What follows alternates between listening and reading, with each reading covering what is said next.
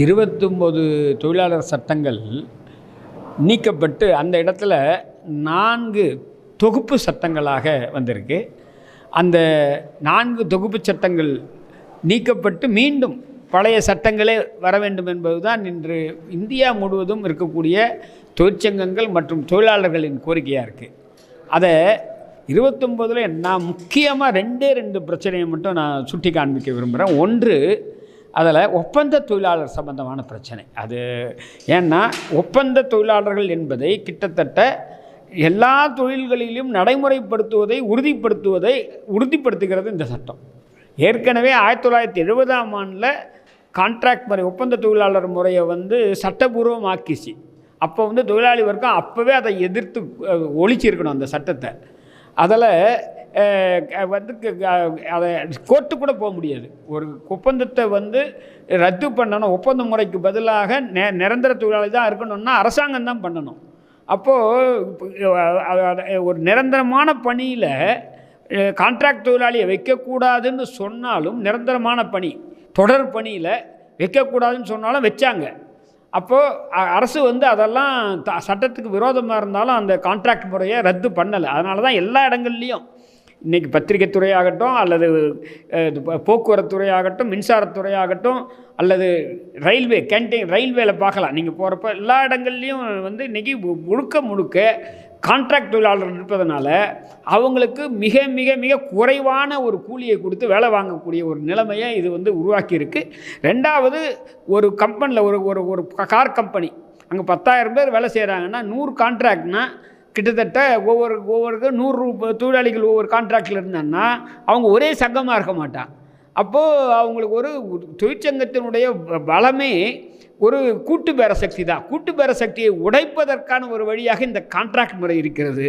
என்னை கேட்டால் மிக முக்கியமாக இதில் ஒழிக்கப்பட வேண்டியது இந்த கான்ட்ராக்ட் முறையை சட்டபூர்வமாக்கும் இந்த சட்டத்தை தூக்கி எறியது தான் முதல்ல நினைக்கிறேன். 2, தமிழ்நாட்டுக்கு பிரத்யேகமாக ஒரு செய்தி என்னென்னா, இந்தியாவில் எங்கேயுமே இல்லாத முறையில் தமிழ்நாட்டில் 20 தொழிலாளர் நல வாரியங்கள் இருக்குது. அது அன்ஆர்கனைஸ் செக்டாரும்பாங்க. அதாவது தொழிற்சங்கங்கள்லாம் செயல்படாத செக்டார் அதில் சொல்லுவாங்க. உதாரணத்துக்கு டொமஸ்டிக் வீட்டில் வேலை செய்கிறாங்க பாருங்கள், அவங்கள்லேருந்து விவசாய தொழிலாளிகள் அல்லது மண்பாண்டம் செய்கிறவங்க, இவங்க ஃபிஷர்மேன், இவங்க எல்லாருக்கும் இங்கே தமிழ்நாட்டில் வாரியம் இருக்குது.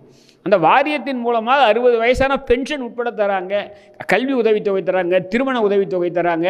இப்போ அந்த வாரியங்கள், அந்த 20 வாரியங்களும் இப்போ அந்த 4 கோடு வரதுவன் மூலமாக இல்லாமல் போய்விடும். அதற்கு பதிலாக மீண்டும் தமிழ்நாடு அரசுக்கு கொண்டு வரணும்னா நீட்டு கதை, இந்த இதை கொண்டு வரதுக்கு இங்கே போடுறதுக்கு அவங்க ஒப்புதல் தரமாட்டாங்க. RN ரவி தரமாட்டார். அது அங்கே இதுக்கு பிரசிடெண்ட்டுக்கு போகணும், அனுப்ப கூட மாட்டார். அப்போது இதுதான் நம்முடைய இங்கே இன்னைக்கு கூட்டத்தோட அடிப்படையான இது 4 இந்த தொகுப்பு சட்டங்களை, புது சட்டங்களை நீக்க வேண்டும். அதுக்கு பதிலாக ஏற்கனவே இருக்கக்கூடியது தொடர வேண்டும். அதில் முன்னேற்றங்கள், அபிவிருத்திகள் செய்ய வேண்டும் என்பதுதான் இன்றைய கூட்டத்தினுடைய நோக்கம். இப்போ இது தொழிற்சங்கங்களுடைய செயல்பாடு எப்படி பார்க்குறது? இப்போ இதை திரும்ப பெறுறதுக்கு ஒரு பெரிய அளவுக்கு போராட்டம், ஏன்னா மக்களுடைய போராட்டம் இப்போ இங்கே சட்டமாக மாறினது எல்லாமே பெரும் போராட்டங்களால தான் நடந்திருக்கு. இப்போ தொழிற்சங்கங்களுடைய குரல் போதுமான அளவுக்கு ஒலிக்கலையா, இல்லை இதுக்கு நிரந்தர தீர்வு அப்படின்னா என்ன அழுத்தம் உருவாகும்? அது ஒரு போதிய அளவுக்கு ஒலிக்கலைன்னு சொல்லலாம். உதாரணத்துக்கு ஒரு அரசு பின்வாங்க வேண்டும் என்றால், மோடி ஒரு முறை பின்வாங்கியிருக்காரு. நான் இது முதல் முறை அல்ல. மோடி முக்கியமாக பின்வாங்கியது 2 முறை பின்வாங்கியிருக்காரு. என்ன கேட்டால், முதல் முறை இந்திய நாட்டின் விவசாயிகள் அவர்களுக்காக பாராளுமன்றம் ஒரு 3 சட்டத்தை போட்டது. அதை கார்ப்பரேட்டுகள்கிட்ட கையில் கொடுக்கறதுக்கு. அதை எதிர்த்து குறிப்பாக பஞ்சாப் மாநிலத்தை சேர்ந்த விவசாயிகள் அவங்க தான் குடும்பத்தோடு டில்லியை முற்றுகையிட்டு வெற்றிகரமாக அவங்களுக்கு ஆதரவாக அந்த இந்தி பகுதியில் இருக்கக்கூடிய விவசாயிகள்லாம் திரண்டதின் விளைவாக தேர்தலும் வருது. இது வட இந்தியாவில் பெரிய பாதிப்பை உண்டாக்கும் என்று அந்த 3 சட்டத்தை திரும்ப பெற்றார்கள். அது மாதிரியான ஒரு இயக்கம் இல்லாமல் நடக்காது. அடுத்து இந்த ட்ரக் ஓனர்ஸ் இருக்காங்க பாருங்கள், அவங்க அந்த மாதிரி பண்ணி அவங்க வெற்றி பெற்றார்கள். இங்கே தமிழ்நாட்டை எடுத்துக்கொண்டோமானால் தூய்மை பணியாளர்கள் அது எல்லா இடங்கள்லையும் கான்ட்ராக்ட் கொடுத்துட்டாங்க. ஆனால் சென்னையில் 2 ஜோனில் மண்டலத்தில் இது தற்காலிகமாக தடுத்து நிறுத்தியிருக்காங்க. அப்போ இந்த மாதிரி ஒரு வலுவான ஒரு தொழிற்சங்கமும் தொழிற்சங்க இயக்கமும் இருந்தால் இதை மாற்ற முடியும். மாற்ற முடியாது என்பதே இல்லை. அதற்கான ஒரு முயற்சியாக இதை பார்க்கலாம்.